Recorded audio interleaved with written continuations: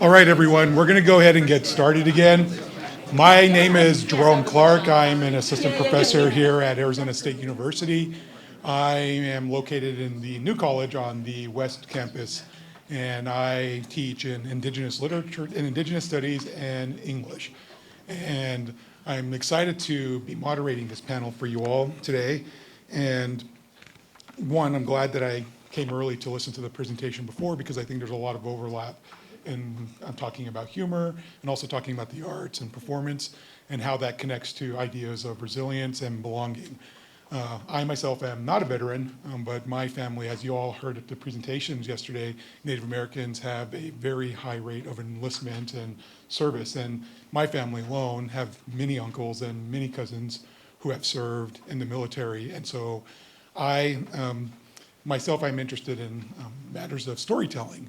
And I look at how people use storytelling to establish belonging, and also how to think about themselves in the present, but also how we use storytelling to imagine ourselves in the future.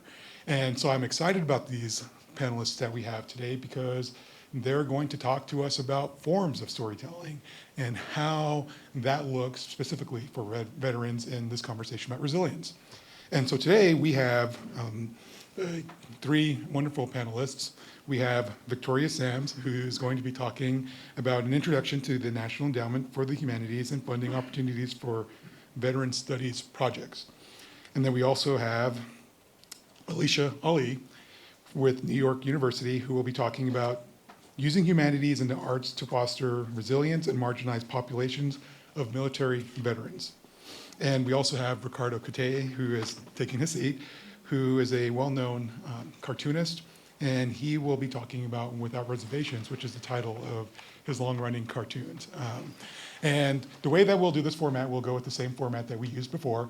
Each presenter will come up here and speak, and then we'll allow time for questions. And then if we have time at the end of the presentations, again, we'll do questions. And once I'm done here, I'm going to move right over there. And when it gets times for questions, I'll run around with the mic just to make sure that everybody can hear us in the room, but also just to make sure that people who are listening in live can also hear the questions, all right?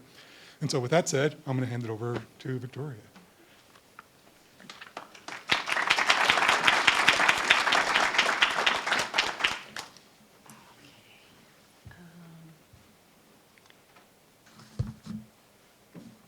It's at my aspirational height. Oh, you can hear me though, good. Try and stand up tall. Thank you so much. I just want to express my gratitude to everyone involved in making this conference possible. There are a lot of hands that went into lifting this up, and it's just been such a warm and welcoming community to step into and to be part of. And I really have enjoyed the conversations that we've had here, what I've heard here. I know it's going to carry forward. I look forward to all the future conversations and work that's going to come from this. So my thanks especially to Mariana, to Manu, and to and Stacy, and all of the colleagues that have made this possible. So let me just get this. Sorry. Oh, there we go. Okay. I think, is that coming up as a slideshow or no? That's not. Oops. Oh, do I need to download it or something? Thank you. I'll just, yep. No worries.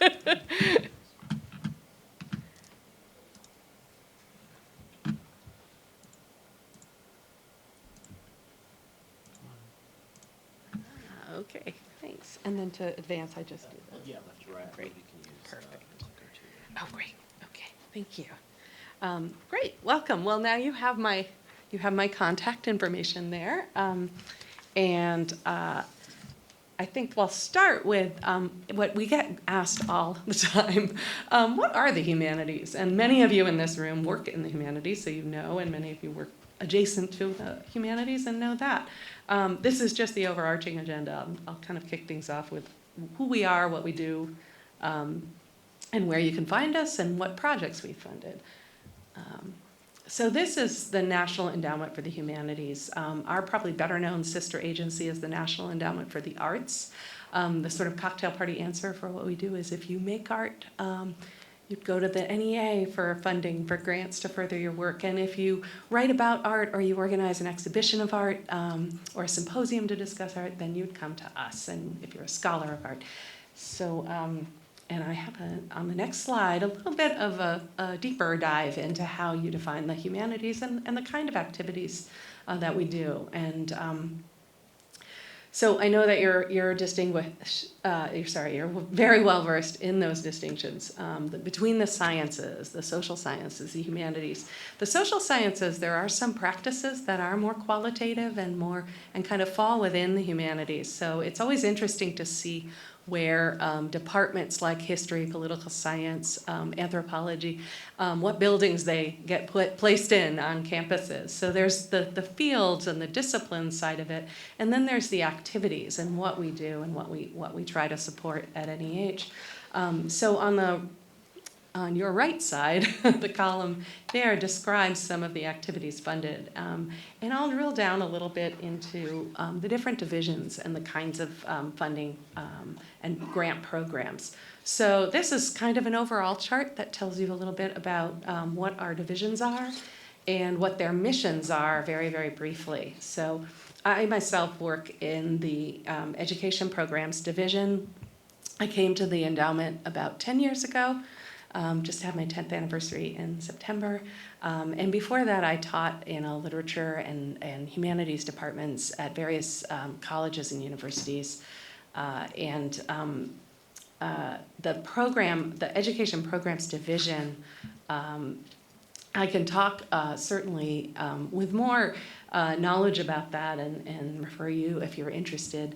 The other programs, I'm going to give you a little bit of a brief introduction to some of the projects we funded from those divisions, and I can always connect you with colleagues in those divisions whom you could talk to.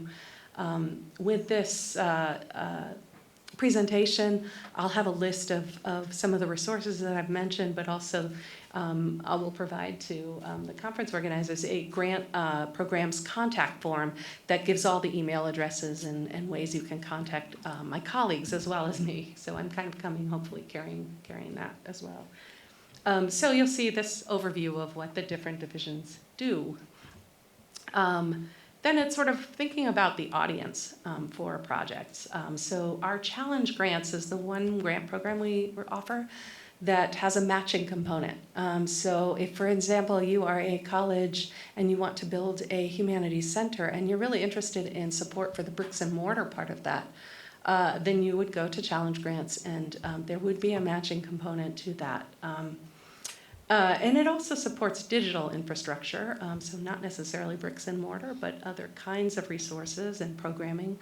The Office of Digital Humanities also sponsors education and training programs for advancing your understanding of digital methods of working with the humanities. And similarly, education programs has a professional development component or track with multiple grant programs in that, and then one track that is more up for curricular development. And I'll dive in a bit to that with some specific examples. We have a partnership with our state humanities councils, and for those of you doing any kind of work that's more community engaged or oriented towards your local or even your statewide community, those state humanities councils are grant making, but they're also programming organizations and good partners, good sources of resources and contacts for any kind of community humanities program, whether it's reading and discussion programs, film screenings, library programs. There's a variety, and they're run as independent nonprofit organizations within the state and usually have board members who are drawn from all over throughout the state. So you should be able to reach out to them. They usually, for their grant programs, are a little nimbler. They have a shorter time frame from application to notification, and they're usually smaller grants, smaller in size, and maybe a little bit nimbler. So if you have a more short-term project that you want to work on, they're usually a good first stop for that kind of support. And again, public programs, preservation and access, a lot of historical societies, libraries, archives will turn to to the Preservation and Access Department and its grants for support for digitizing letter collections, for example, making things publicly accessible, and preserving collections, and those could be artifacts or letters, photographs, artworks, a whole range of materials. So moving right along. I'm just going to go very quickly with these slides through the different programs, and these are just lists of the kinds of grants. The Research Programs Division is unique in that it's the one division that has grants for individuals. I think somebody had asked me about being a single scholar, wanting to work on a project like a book project or an article, and needing support to conduct the research for that. The fellowships and the summer stipends are both individual grants. You have other ones listed here, awards for faculty, DEL fellowships, which stands for Documenting Endangered Languages. And then on the right side are research divisions grants for institutions. So those would be through either an academic institution or a nonprofit organization. The rest of these divisions, preservation and access, these all make grants institutionally. The kinds of activities supported under the Division of Preservation and Access, the institutions vary widely in size. So some of our preservation assistant grants are anywhere up to $10,000 in support for local historical societies, for example, or small library systems, or a small organization that's working on preserving a collection or a small museum. You can see some of the projects are digitizing historical U.S. newspapers. That Chronicling America is an ongoing project of, in conjunction with the Library of Congress, that makes local newspapers going back to the 1850s accessible through a database that's searchable. So many of you may have already used it, but it's certainly a resource worth knowing about. Okay, this is the Division of Public Programs, and these are just some examples that I think may be of particular interest. The Public Humanities program supports, as it says, museum exhibitions, the creation of tours, even apps, museum apps or tour apps. Thank you. It's good to know we're halfway through. So one of the other strands of public humanities is the public discussion programs, and that's something that may be of interest to you in terms of thinking about programs that build community. Public discussion programs, bringing people together to discuss, say, a common book or a common theme, and to work it out over the course of either one evening's discussion or multiple discussions over the course of any amount of time. There's a kind of a staging and a flexibility on the format. So this one you can see has a planning level and then an implementation level and 2 annual deadlines. And then this other is the media project, and as I mentioned, that was for things like documentary film, TV, radio programs, podcasts. So again, this has a development stage level and then a production stage, and also 2 deadlines. And you'll see this is the project featured there is a documentary on women in the military by Julie Stephan. It's called Journey to Normal. This is the Office of Digital Humanities, and these are the activities and types of projects that they support. I'm going to move a little more quickly. This is the Division of Education Programs. This is kind of my wheelhouse. These are all institutional grants. As I mentioned, there's kind of 2 tracks. There's the curricular development that's really focused on one institution, teaching at an institution. It can involve a kind of experiential learning component for students, a community engagement component, but they all are humanities initiatives and humanities connections. Fall under that category. At the bottom of the list, there is a new grant program where we've just introduced this year. It has a November 1st deadline, so it's a little bit kind of, we're not right coming up on it. But that will be targeting mid-size to small institutions and organizations that are working in higher education, developing programming or curriculum or resources for underserved communities. And that falls under that kind of institutional or curricular development.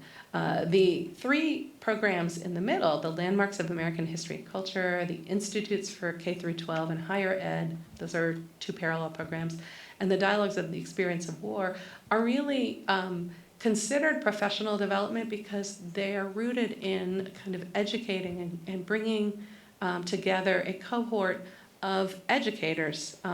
In Dialogues, it's discussion facilitators, but these are people who learn together. And Dialogues is unique in that the implementation phase of it is included in the grant. So then you go on, after being trained as discussion facilitators, to conduct discussion programs. And I'll give you a few illustrations of some of these projects. Okay. So, Dialogues on the Experience of War, as I just mentioned. We have a project director on the panel itself and then another one in the room.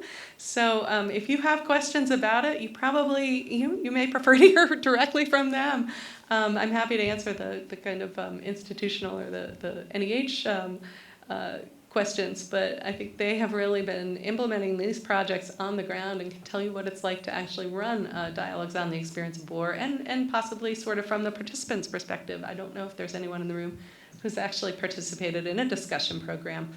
And also, many people in this room have participated in other NEH projects or led them, and we'll be hearing a little bit about that as well.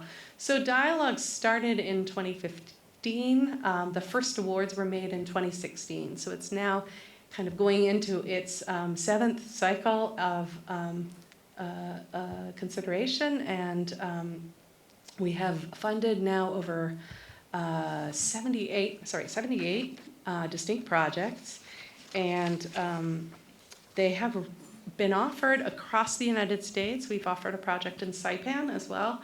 The aim of it, as you can see in the description here, is really to encourage veterans and civilians together to reflect collectively on such topics as civic engagement, veteran identity, legacies of war, service, homecoming.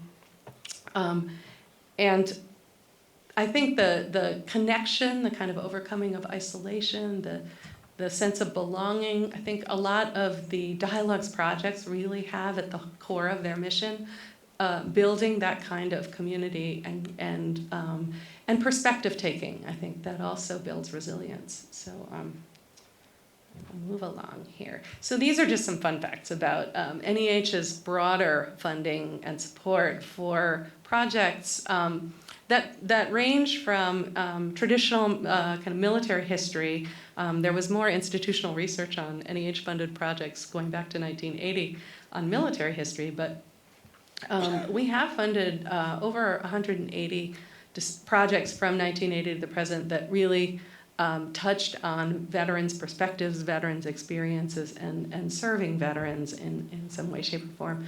I thought an interesting fact about this early grant in 1980 for the study of race in the military, and a national conference offered on that.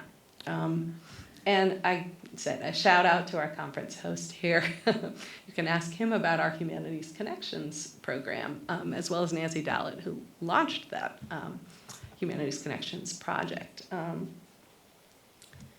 Okay, so here are some examples of some of the NEH-funded projects that may be of particular interest. And did you just say 5 minutes? Okay, sorry. I'll be wrapping this up. So I'm going to, these are all projects that have actually yielded some digital resources and an online accessible, really phenomenal, whether it's raw data for your research or publications that can help support your literature reviews and your understanding. Materials for leading discussion groups. This is a project out of Virginia Tech. I'm going to do a little shout out to Virginia Tech because Veterans in Society kind of has its spiritual home and founding there. So this is one of the projects focused on the American soldier in World War II. There was others like this. This is a Humanities Collections and Reference Resources. So preservation and access is the program, the grant program, HOME. There's one called about the segregated Japanese American military units of World War II. That's a project run by the Go for Broke National Education Center based in California.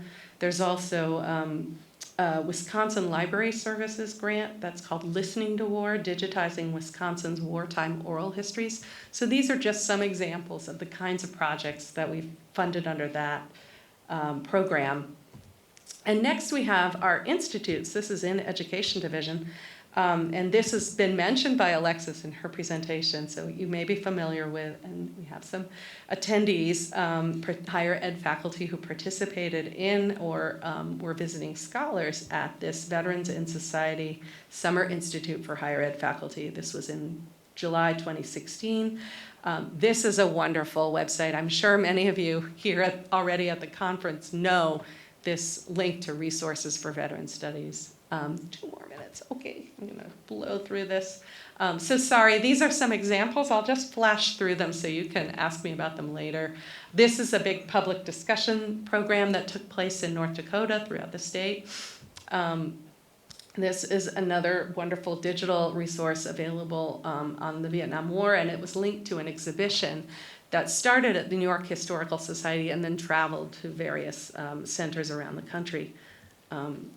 This is a wonderful new-ish, I should say, project, and this is a collaboration between the various federal agencies, as the Library of Congress, and then the National Indian Education Association, and that will be culminating in curriculum available and accessible for teachers and historians who are interested in highlighting the experiences of and understanding better the experiences of Native American veterans through primary sources, through secondary sources, through a whole range of resources. Okay, this is another resource that NEH funded in a very small way and was a partnership between a number of research bases and the Henry Jackson Foundation for the Advancement of Military Medicine. It's now housed in Penn State University, and this site has publications as well as the database from the multi-year longitudinal study. It's ongoing, but they concluded the initial 3-year phase that they'd intended to conclude, and they have a report on that site focused on the components of veterans' well-being. And it's a really massive survey project. I think it was over 6,500 veterans were surveyed from across the country, and they have tracked a lot of their demographic qualities as our characteristics as well. And I'm sorry, I'm blowing through the ways you can search. So you can pull up information on our projects that we have funded through this, what's called the Funded Projects Query Form. You can search it a variety of ways. I'm going to blow through the tips for applying. This is important.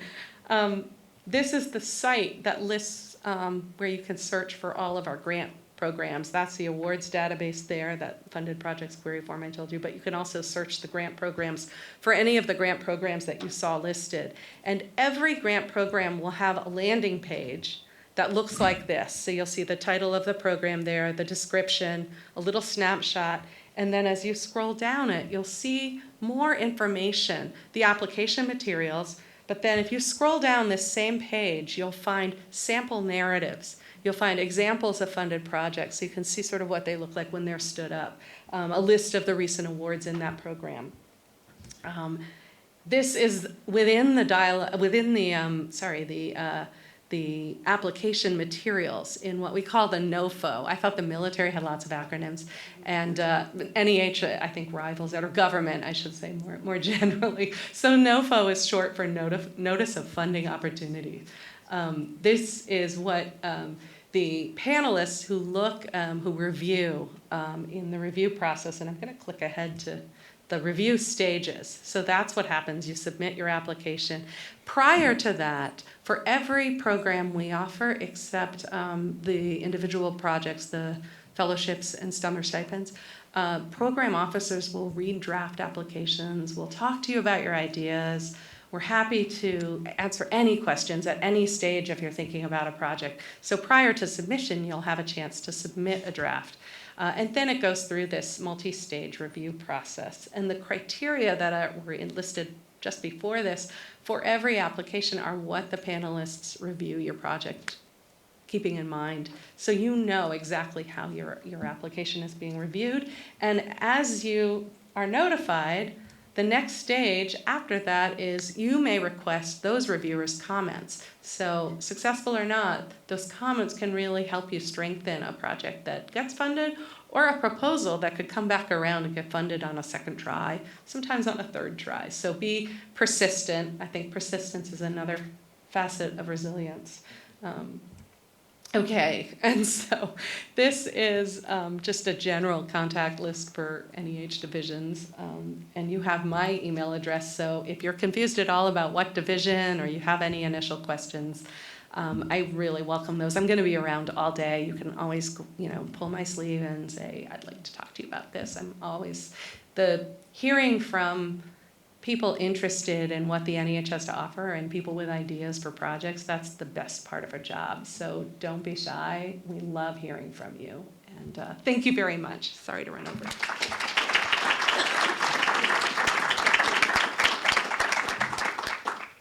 We have a couple minutes for questions, so are there any questions? Hopefully I'm not right there. Yeah. Oh, hi, I'm Bruce. sort of a ringer anyway. Plant. You had to show the current version of our website. Uh-oh. The, Yeah. it was a lot more elegant when it was freestanding without being messed with all the other Virginia Tech GIS stuff. Mm-hmm. First, Victoria's right. Talk to your program officer early and often.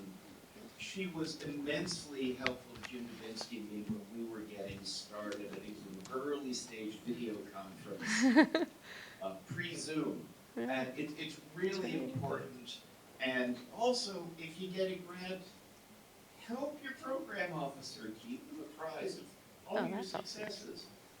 Funding based on success, things like that.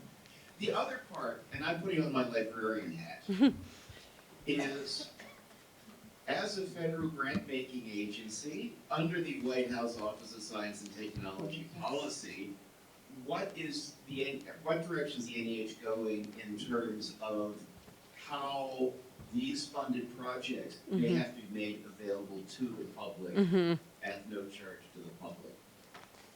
That's a really good question. It's one I can't really answer informedly yet, but I do know that that is something that is a priority in terms of thinking through the kind of additional resources that might be necessary for the grantee to make that possible, or what kind of platforms. And so I do know that there is a kind of a strategic plan underway for responding to that. And that's something that we've been thinking about before the mandate, but certainly now that gives us more leverage and hopefully more resources to work with for that. Yeah. Thank you, Victoria. And now we have our next presenter is Alisha. Please join me in welcoming her.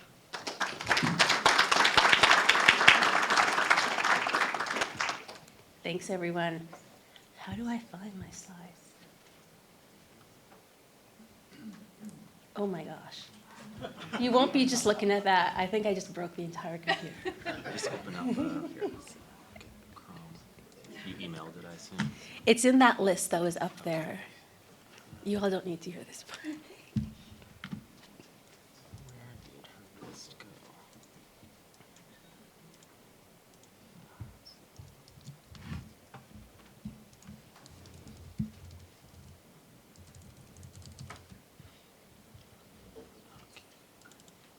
And which one are you? It's this one right here.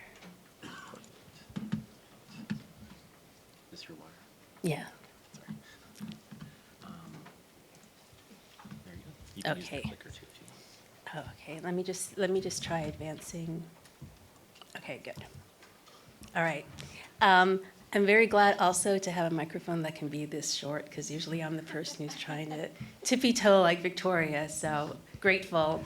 I'm really happy to be here. I'm Alisha Allie. I'm a psychology professor at New York University.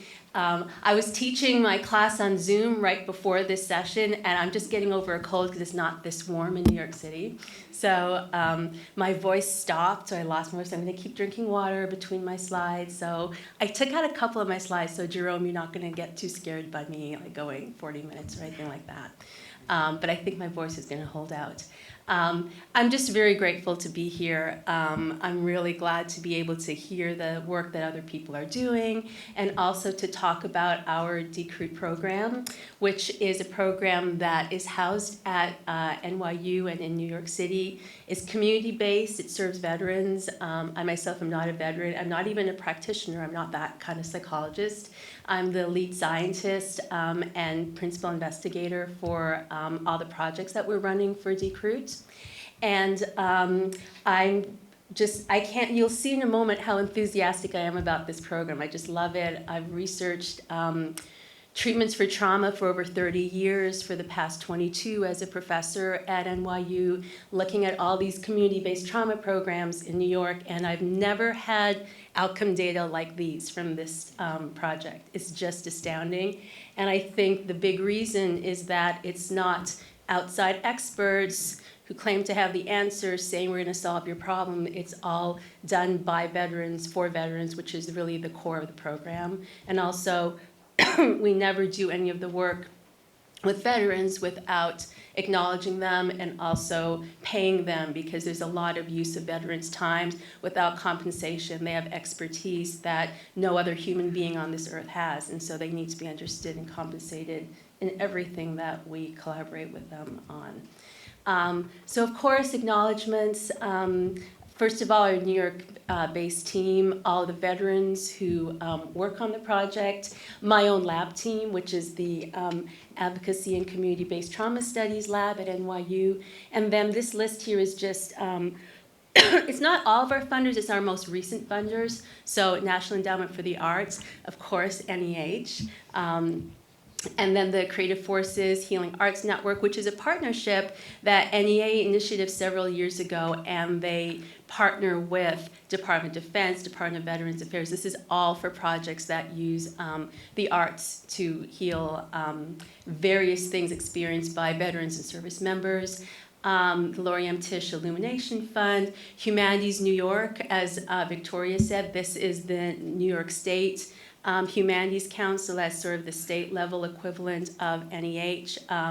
And as Victoria alluded to, they're much smaller grants. This grant has allowed us to do public facing programming to allow our veterans to present what they've been doing and again pay them adequately and properly for doing so. And so the Humanities Council of New York made that possible. I don't have an idea like maybe if it's 1/10 the size of the NEH, for instance, the Dialogues grants, I'm not sure. I do statistics for a living, but once you put a dollar sign in front of it, I kind of lose as my husband will gladly tell you, I sort of lose all understanding of it once there's a dollar sign in front of it. So those grants are just considerably smaller, but instrumental in some very key ways. And then a couple more, the Group Foundation for Advancing Mental Health. We also have a recent grant from American Psychological Association. Also importantly, two of our main partners in New York City, the Bronx VA, New York City Department of Veterans Services, and most importantly in all of this is all the veterans who over the past several years have taken part in our program. All right, so the problem that our program was designed to address is something that is familiar to all of us here.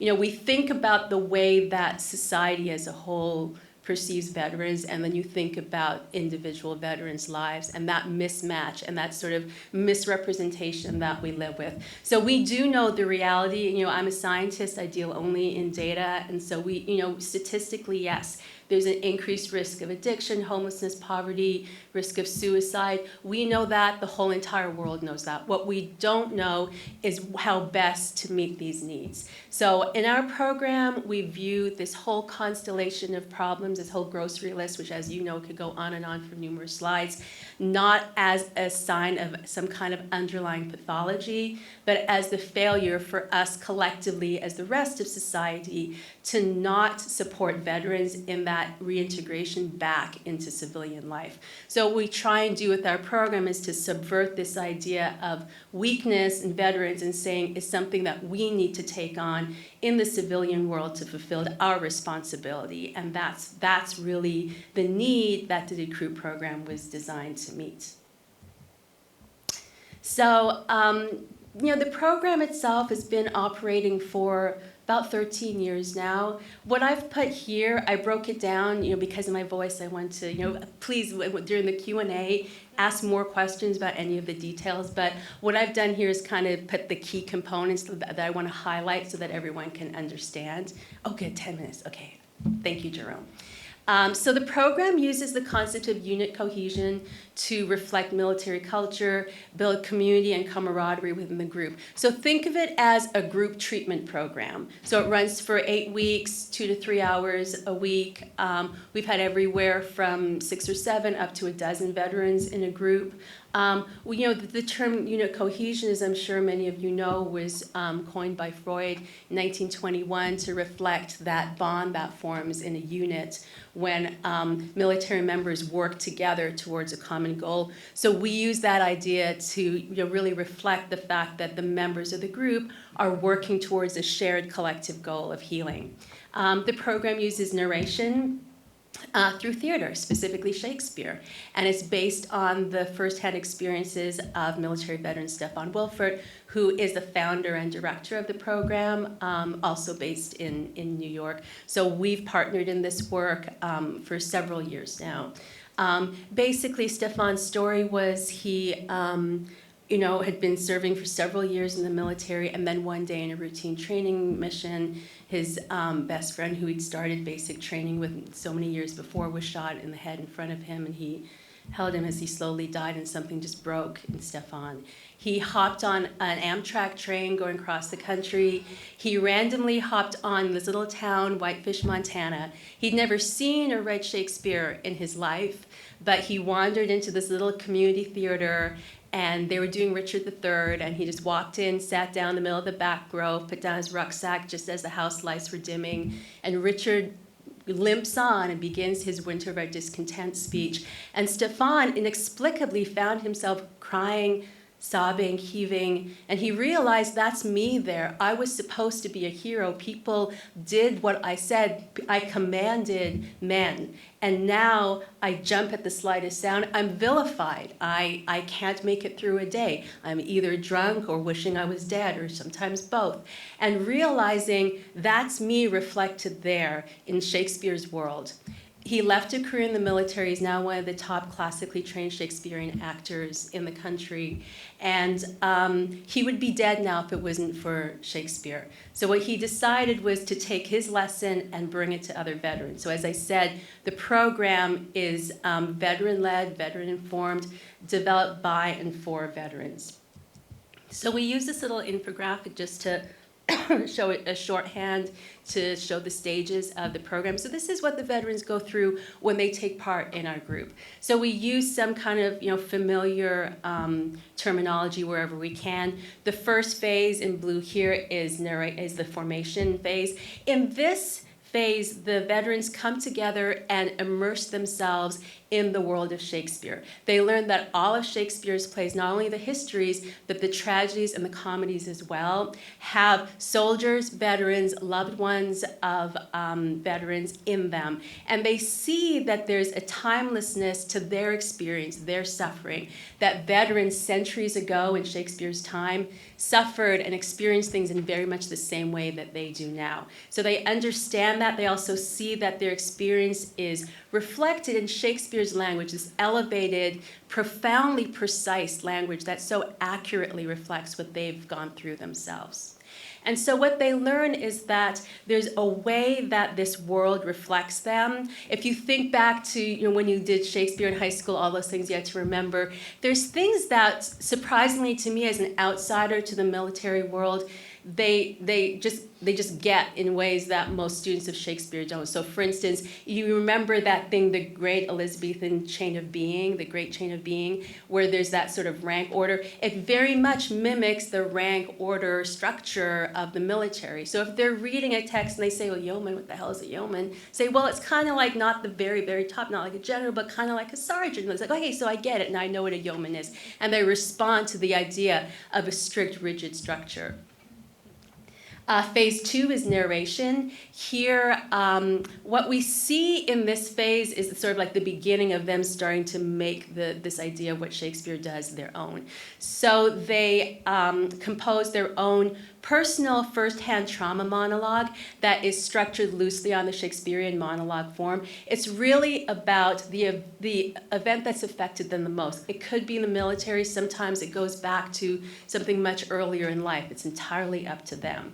What this does, it creates a sort of external object of reflection. That's a thing there that they can look at and start to reflect on and have some distance from, which in a lot of the evidence-based treatments for trauma, narrative therapy and the like, is an important and essential tool. The phase 3 is called simulation. Here, each of the participants hands off their own first-hand trauma monologue to a fellow group member who will practice it, memorize it, and ultimately perform it for the rest of the group. What this does is it provides, what we call an aesthetic distance, where if I wrote about a trauma and it's something I can't forgive myself for, a comrade died, innocent civilians died, I blame myself. Having it performed by my fellow veteran allows me an aesthetic distance where I can empathize with them, understand them, and start to forgive them. That's the beginning of forgiving myself. Then we go to number 4 stage, which is called routinization. Here the participants engage in those things that are essential parts of classical actor training, which are also essential for the proper delivery of Shakespearean verse. So it's these routines of grounding and breathing. We find that the veterans very much take to this for a number of reasons that I'm sure a lot of you would identify with. A lot of the veterans say that what they miss from the military is that sort of routinized structure. You get up this time, you do this next.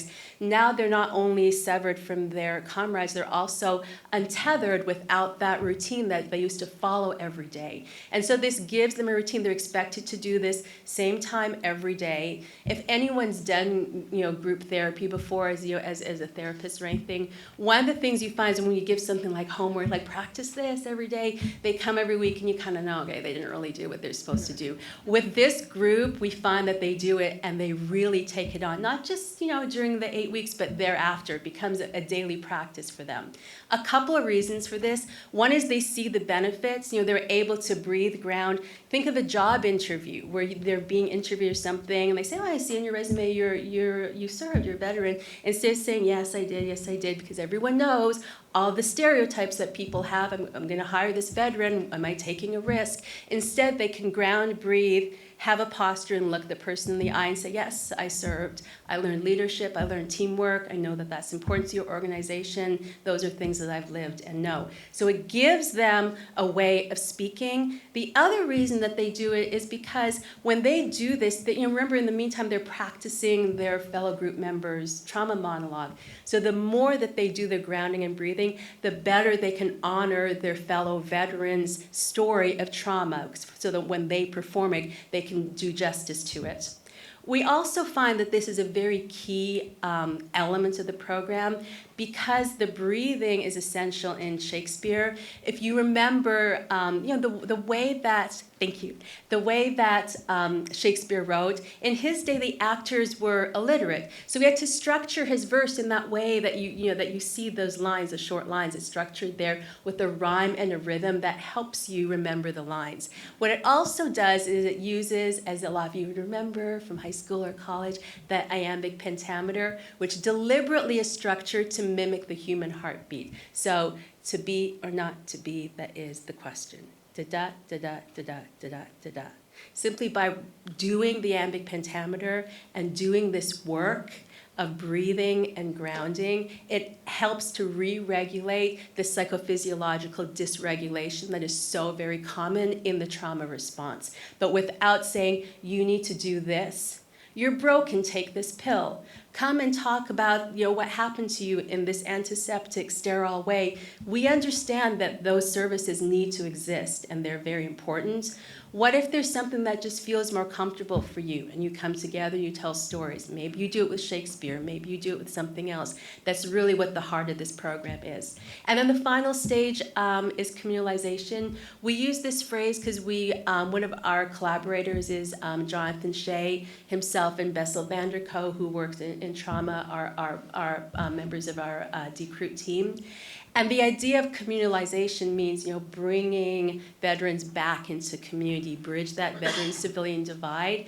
And here, each participant performs their own personal trauma monologue that they wrote, followed by a monologue from Shakespeare. We spent, God help us, 3 years developing an algorithm that matches a monologue from Shakespeare with the thematic content of what your own monologue is. And so they perform their monologue. And this is to, family members, friends. A lot of times the veterans are describing things that people in their family didn't even know about. And it's also, partly because they want to tell their story, but they're worried that they're going to be interrupted. Like, well, why, if it's a woman who experienced military sexual trauma, as so many of the women in our groups do, well, why'd you go back again? You knew that was going to happen. They interrupt, they're getting challenged. Everyone knows the conventions of theater. You stand, you bear witness, you hold their pain, you hold their suffering. You don't put up your hand and say, if you're watching Shakespeare, you don't say, Hamlet, why'd you go back there? Everyone knows that, right? And so they know that they'll be listened to, they'll be heard. And then when they perform their own trauma monologue, it's terrifying to them. It always amazes me the things that these men and women have done and seen. And this is so scary to them. So, they say their monologue and then they stop, they ground, they breathe. They then launch into the monologue from Shakespeare, into the iambic pentameter. So they get re-regulated with everything that had them dysregulated and activated in that moment, so that when they're done and they sit down and it's the next veteran's turn to go, they're ready and they sit back amongst their fellow veterans and we know that they're okay. And so this is an important part of bridging that veteran-civilian divide. All right, so program effectiveness, I'm just going to say this in about 1.5 minutes, Jerome. And so, as I said before, I've been studying trauma for nearly 3 decades now. And it's just amazing to me that this is Shakespeare. It's not something that follows a traditional biomedical model, but I make sure that we use all of the same outcome variables that the randomized controlled trials with the medications and other things. We do EEG readings, we measure PTSD, depression, self-efficacy. We measure heart rate variability, which some of you may know is a key physiological indicator of stress response. Not surprisingly, that's usually our strongest change because of the things I was describing with the grounding and breathing. EEG readings, we all know that they're so imprecise and there's so many problems with it. I do it because I go to medical conferences where they put up pre-post measures, with EEGs of antidepressants, for veterans, for instance, and say, look, this is before and after. And they say it's a sign of a neurochemical imbalance, which we know is a fallacy. There's never been a single study that showed that depression is caused by a neurochemical imbalance. We do know that it's caused by experiencing trauma. We do know that it's caused by experiencing things and returning to a world where people don't understand or sometimes don't even care to ask what it was that you experienced. So when they put up their pre-post and say, this is due to a serotonin deficiency, and I put up my pre-post EEGs and it's like, what did this person have before our program? A sonnet deficiency? What was it that was going on here? Let's look at what we know and talk to the veterans themselves about what they experienced. So that's what this last point is. We're continuing to expand nationally. We're in several cities and states now. We are doing more I'm a quantitative researcher, but we're doing more qualitative research. A number of my PhD students are doing that, which I'm so grateful for. And we're also including more measures of childhood abuse because veterans say you need to assess this, you need to assess this. And suicidality too, because we want to understand our program not just as a form of treatment, but as a form of prevention as well. Okay, that's me if you need to contact me.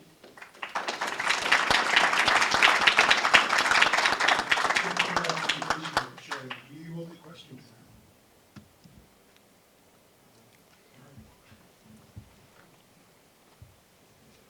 Thank you for that. I can't help but see the commonalities between the Aquila Theater work. Yes.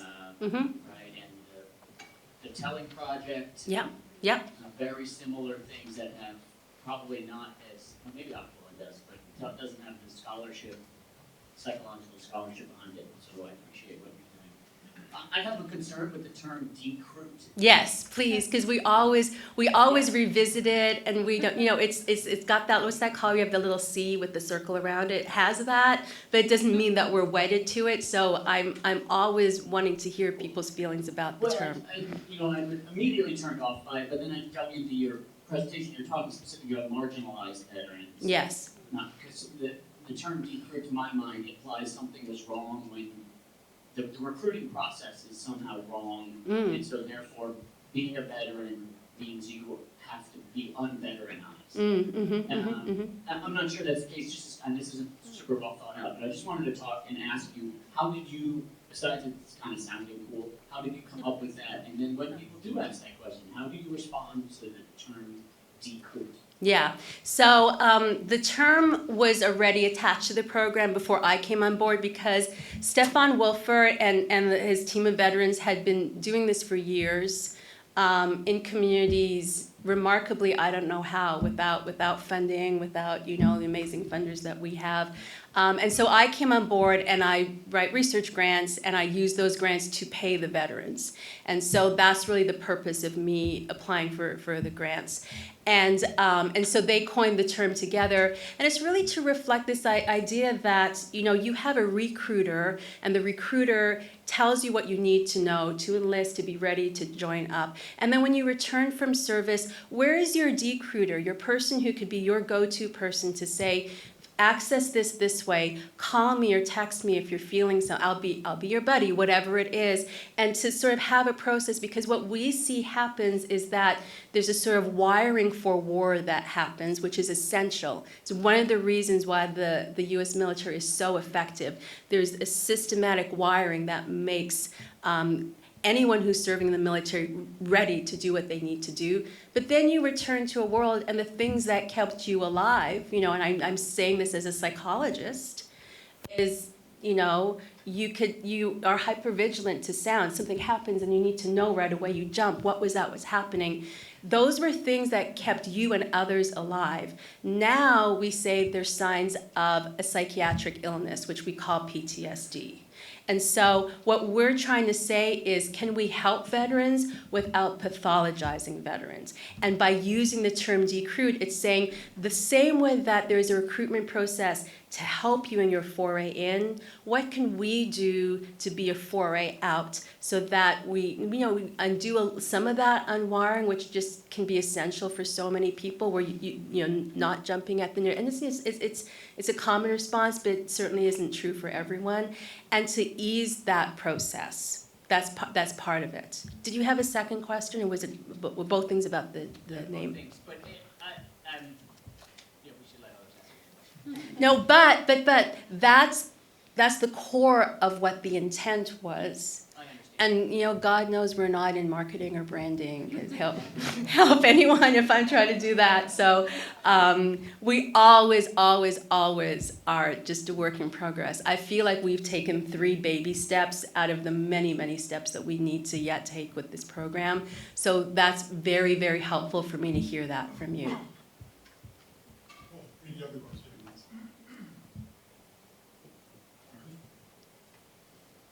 Hi, Michael. Could you say a little bit more about how unit cohesion is created or encouraged in your program? Yeah. It's funny because I describe it as something that the program uses because, when we study psychotherapy treatments, other treatments, we imagine people coming and they're broken and we have all the answers, and so we use things to fix them.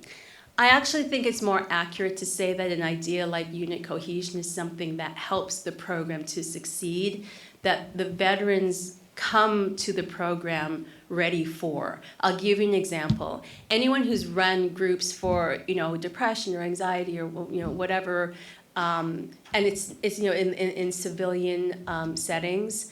The one thing that people have in common is that one pathology. They're usually strangers. They come in, they're looking at each other like, I don't know you, I just know that you're crazy in the same way that I'm crazy. The one thing they share is a pathology. It's very different when you work with veterans, because we have Vietnam veterans, Korean War veterans, all the way up to very, very young veterans. But regardless, they share a bond just by virtue of being veterans. And so there's a cohesion there that helps our program succeed because there's a bond to begin with. And I cannot emphasize enough how very different that is from your typical mental health group therapy when you're working with non-veterans, because there isn't that bond, and sometimes that bond never forms. And so having that idea of working as a unit, it also means if someone is sharing their monologue and they can't make it through, that they have everyone else there in the group. It means if someone's not there that day or they're late, it's like we're not gonna start until he or she is here. It means that there's a visceral feeling of support in the group, which again, is so different from traditional group psychotherapy. It's not that there aren't tensions, but it means there's an understanding that we are a unit and we are in this together. Councilman, that puts us just about that time. And so I appreciate your, and we can give her. Thank you. Right now, that is what else, I appreciate this particular alignment with speakers, because as someone who works in the humanities, always thinking about the necessity and need for the humanities, and particularly in our present time, is there's this tendency to move away from the humanities as not being. You said another mic. The humanities as not being entirely necessary, but I think this last presentation showed us the importance of the humanities, particularly for me. I always say that it could mean the difference between life and death for some people, and the stories that we tell and how we are able to access those stories and having those moments. So it's kind of a comment that I really would like to hear from you, is what that has been like, because a lot of times people will ask me, well, what is the value of the humanities? And I'll say, well, it's this, but then they'll want evidence for it. But I think your work is really important because it does show in really impactful ways, puts numbers to it, I think. And I'm wondering what that has been like for you as someone who exists kind of at that cross-section of the humanities and your work. I mean, like I said, I'm only a scientist, so I feel like the things that have an evidence base are the things that NIH funds. I've been a reviewer for NIH for 17 years now, and you see the things that have potential that don't get funded, and it's not progressive. It's what's come before, just little tweaks on what's come before. This is why, for instance, NEH is so important, because they take an idea and they say, where can it be a decade from now, and what are those steps? I think we have to develop an evidence base for things that sound unusual. I couldn't get funding for it otherwise, so we won't run this work without paying the veterans. It's always offered for free. We offer it in VA hospitals, community centers, always for free at the settings where we offer it too. So the evidence is it matters to show that this works. It's also very practical and instrumental in that way, because it allows us to garner more funds so that it can grow. And I could say I don't believe in reducing a human being down to a brain scan, but then if I'm presenting these data, it's like, oh, interesting, you talked to them and they said they felt better, but you didn't measure this and this and this and that. There's this phrase, lack of evidence is evidence of lack. Well, maybe Alisha didn't ask them about that because she knows that they wouldn't find the pre-post EEG data changes that we found with our medication or with our biomedical models. So we have to do that. We really have no choice, because we need an array of things. That's what empowerment means. Here are all the things that you can choose from, but how is a person supposed to choose if they don't have data showing the ways that some things are effective and perhaps how other things are not? Awesome, thank you once again, and we have, and I think that works a lot better. So we have our last presenter, Ricardo Pate, and I'm very excited that Ricardo had time to join us and consented to joining us. I am a fan of his cartoons, and I also follow him on social media, and he's probably one of my favorite people to follow. And I asked him last night how many cartoons he thinks he's done over the course of his work, and he said somewhere near 7,000 cartoons. And so he produces a cartoon 6 times a week. And so you can tell there's a degree of having to be in your element persistently. And the reason I like following him on social media is because sometimes he posts cartoons to things that are happening at the moment. And it's one of the coolest things to see. And I always marvel at how quickly his mind works in response to things that are happening, whether in politics or sometimes things that are happening like football, right? And so very wide range work. So Ricardo, it's all you.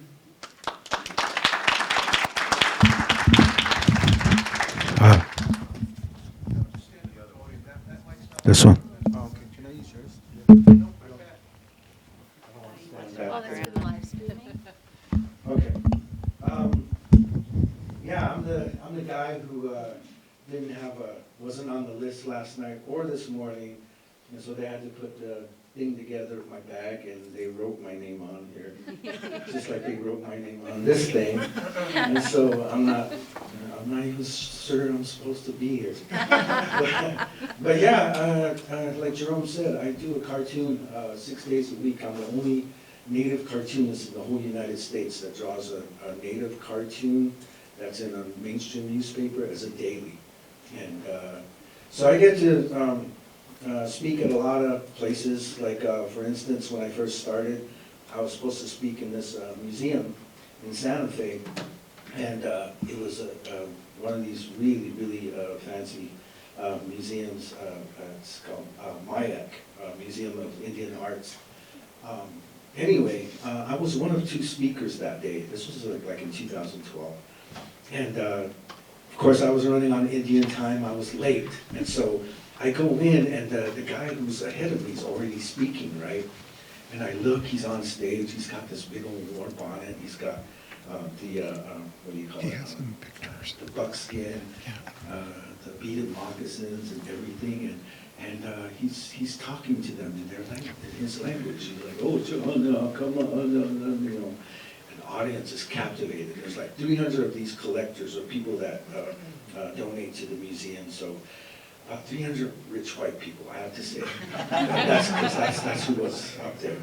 And so I'm looking, looking at my surroundings, and so so he goes, picks up a drum, and he says, I'm going to sing you a song of my people. And he starts, this is a song about caring and sharing, and he starts singing, And so as I'm standing there, this lady, old lady with the white hair comes in, she goes, where is Ricardo? He's late. And someone said, I think he's standing behind you. And she turns and she looks at me up and down like this, and I'm just like this. This is how I always dress, with the jeans, with the wristband, the bandana, backpack. This is my look, basically. And she looks at me up and down. She's like, where's your outfit? I said, I don't have an outfit. And she looked all distraught, and she goes back, and she's standing there, and the guy's singing away, and the audience is captivated. And so she turns around and she goes, do you speak your language? I said, yeah, of course I do. And she goes, can you say something to the audience in your language? I said, yeah, of course. And she looks somewhat relieved, right? And she goes back to watching the guy. He's like, he's singing. And she turns around, she goes, do you sing in your language? Do you have a song? I said, yeah, I have a song. And she goes, can you sing a song to the audience in your language? I'm like, sure. So then she's like all happy now, right? And so she goes out to introduce me, and I'm looking and I'm going, thinking I can borrow that guy's drum. So as he's finishing, he goes, that was a song about caring and sharing. That was a song of my people. And he comes off stage, and so I see him walks by, and she's introducing me. I go, hey brother, let me borrow your drum. He's like, no. I'm like, what happened to caring and sharing? So I'm looking, I'm gonna use that box over there by the thing. That's, that the microphone came in. And so I go, she introduces me, and we meet halfway, She gives me a nervous thumbs up, and I'm like, I got this. So I go out there, and so I go out there, and I go, Ko it's na mera o pa teu teu ase. Ki o me awa arisu ta kai na ki si but so ha me ki ko mo ko. Sai skula re ke ko razzo su. Se Saka tu was zo'n schrijven tu kooi zei eerst kwijt. Ze doet seks. Saka tu was hem en hoor doet seks. And the audience was like, they give you an applause for that. And they clapped and I looked over, she's backstage. But what I said was, I don't really want to be here. And I was late because I woke up late because I had a few beers last night. And so I woke up late, I did a number 2, and I came up here. And I don't know what this old lady, is nagging me about, but I don't really want to be here, but here I am. And that's what I said. And so I got an applause for that. So then I picked up the box and I started drumming out this beat. And I was like, just like my brother who just finished, I also too have a song of my people, and I'm going to sing it to you right now. And the audience is all quiet. And my dad sang this to me, and I sing this to my kids as well. Buddy, you're an old man, never street you gonna turn. And pretty soon the whole place was like, we will. And I tell that and a series of other stories. I was going to tell you one about my grandma, but maybe I will if there's time. It's a short story. But anyway, I tell these stories about, because when I do speaking engagements at local schools, I even talk to Head Start, middle school, high school, and then I visit colleges like Yale, Virginia Tech, I was there, and a bunch of other places. I did an online Zoom thing with Ohio State and Pittsburgh State and just a number of colleges. And I tell these stories about myself and my family, and the point that I make is, in all of these stories, I never cease to be myself. I don't let anyone dictate how I'm supposed to act because I'm Native, because I'm a veteran, or anything. And so a lot of these stories that I tell, and then I ask the audience, what do these stories have in common? And that's what it is, that I will not change for anyone just because they want me to act or do my cartoons a certain way. With that, I created this cartoon back in 2005. When I was age 10, I used to doodle a lot of cartoons when people were talking, and so don't take it personally that I was doodling while you guys were talking. It's just what I do all the time, and my mind's always working. And so, but in 2005, I was asked to create Native characters for the first time, and so I did. And with that, I brought, that was at college up at Fort Lewis in Durango. And so a year later, I was asked, I walked into the Santa Fe, New Mexican newsroom, and I demanded that my cartoon be on that comics page. And they said, no, you gotta go to the syndicate to put your cartoons in. I said, well, I'm standing right here, the paper's right here, so why don't you just put my cartoon in there? She goes, no, you gotta go to the syndicate. And I said, where's the syndicate? It's in Florida. Why would I want to go to Florida and then to end up in the newspaper here? And so 15 minutes later, going back and forth with this editor, I finally said, she finally says, let me see the cartoons. And so I had like 9 of them on me. And so she started reading them, and pretty soon there was 15 people in her office, and they're all laughing, and she goes, we gotta have this cartoon. And so the cartoon came out. I was very apprehensive because I had no role models as I was growing up, or this was like a first time, this sort of thing, and so I was very apprehensive. And I was proven right 2 weeks later when I got 168 pages of hate mail when my cartoon first came out. Because the very first cartoon was this guy, father and son, and this little scenery, and Native with the feather and loincloth, and he's got his arms stretched out, and he's telling his son, someday, son, none of this will be yours. And the very next cartoon was this little kid writing on the chalkboard over and over again, "I will not act indigenous in class." So, hate mail came in. People were like, "This cartoon is not drawn right, this cartoon is not drawn well, this cartoon is not funny, this cartoon is racist." And so I wrote a letter back to address that, and I basically said, "My name's Ricardo Cute, I'm from San Domingo Pueblo, I'm Native American, and this is the world as I see it." And they go, "Oh, you're Native, well, I guess it's okay then." And so my cartoon first appeared at the bottom. It's a single panel cartoon, it's not a strip, it's a single panel. 4 years later, they moved it over to the left side, and 4 years after that, they moved it up here. And then 4 years ago, they had to get rid of some cartoons, and so they had to have a voting process. And it turns out my cartoon is 3 times more, the #1 cartoon, and it was 3 times more popular than another cartoon that was second. You may have heard of it, it's called Peanuts. And now I enjoy the prime spot in the newspaper. And it's the #1 cartoon in a paper that 70,000 people read it, and about 80% are non-native. And that's a pretty big feat. And so that's basically what I do. I consider it part of, humanities as well. Someday probably people will be studying me and wondering what was going through my mind during these times, because like Jerome said, and if you follow me, I can shock you sometimes because of, what my take on things that are happening. And so as a Native person, as a veteran, as a father, as a social studies teacher, I go out and I try to send out this message that Natives, we're still here. I mean, 200 years ago, people tried to get rid of us. They tried to kill us off, but we're still here. And so that's my message, basically, is that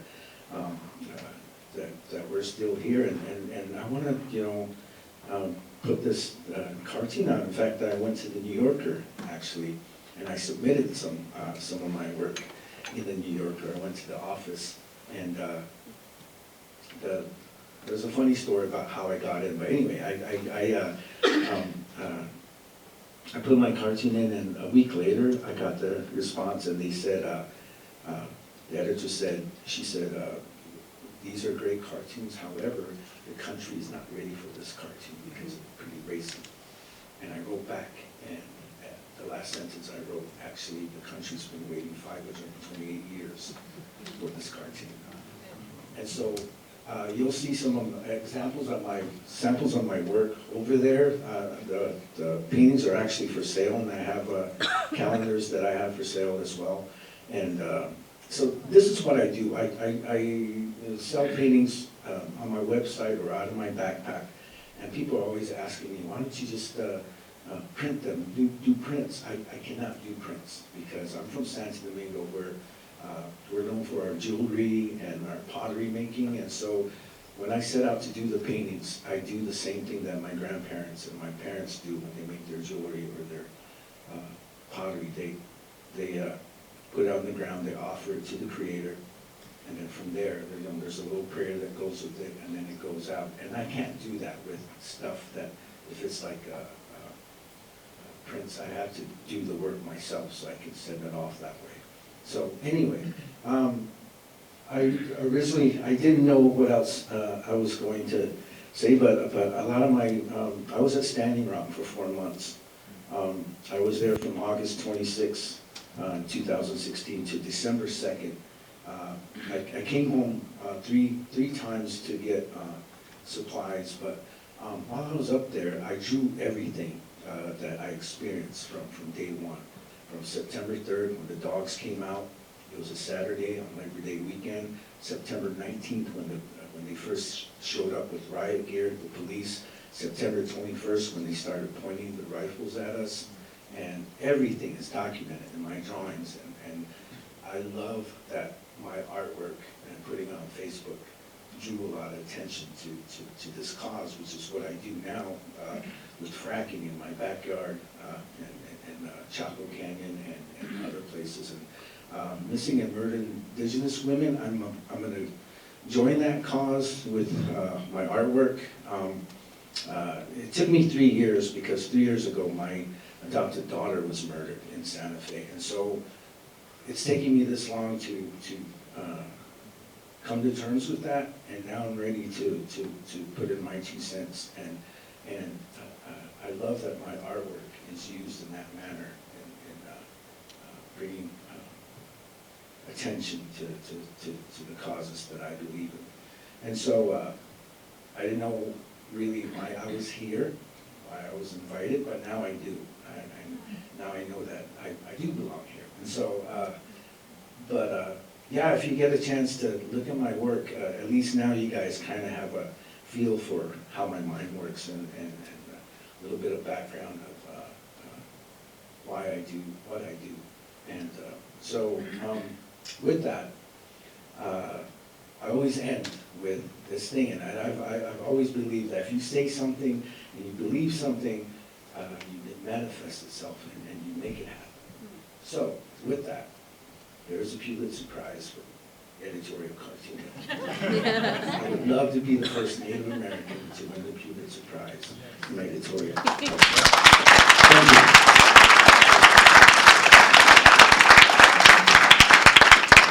Thank you, Ricardo. Do we have any questions for Ricardo?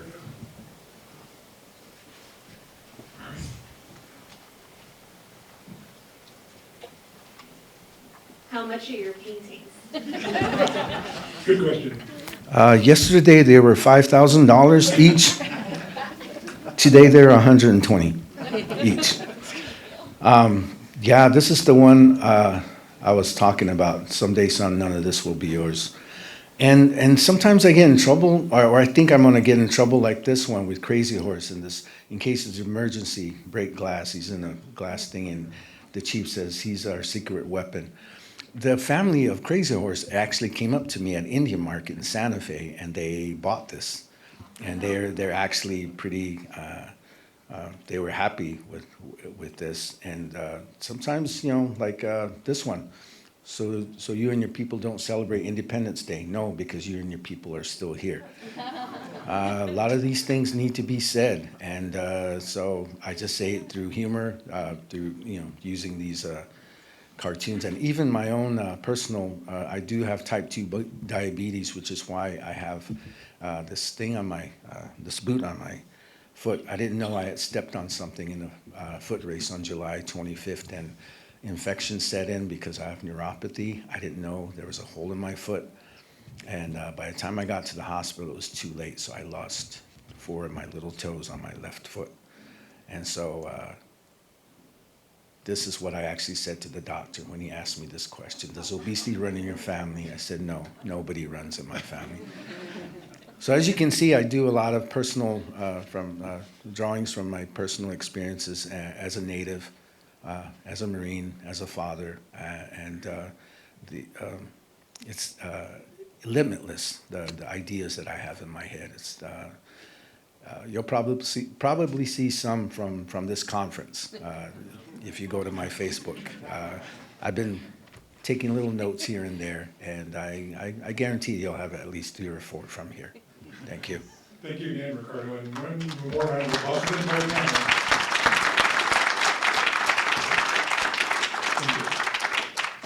One thing, can you please give his website? Do you have the website? Let's pull that up. Sir? Right there. Use the drawing. Actually, the paintings are 80 today, I guess. And then I have calendars for 20.